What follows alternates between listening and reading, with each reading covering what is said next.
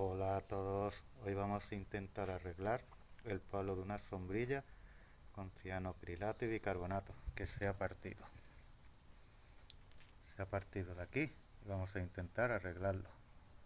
Con un poquito de cinta americana le ponemos así para que quede así y poder rellenarlo ahora.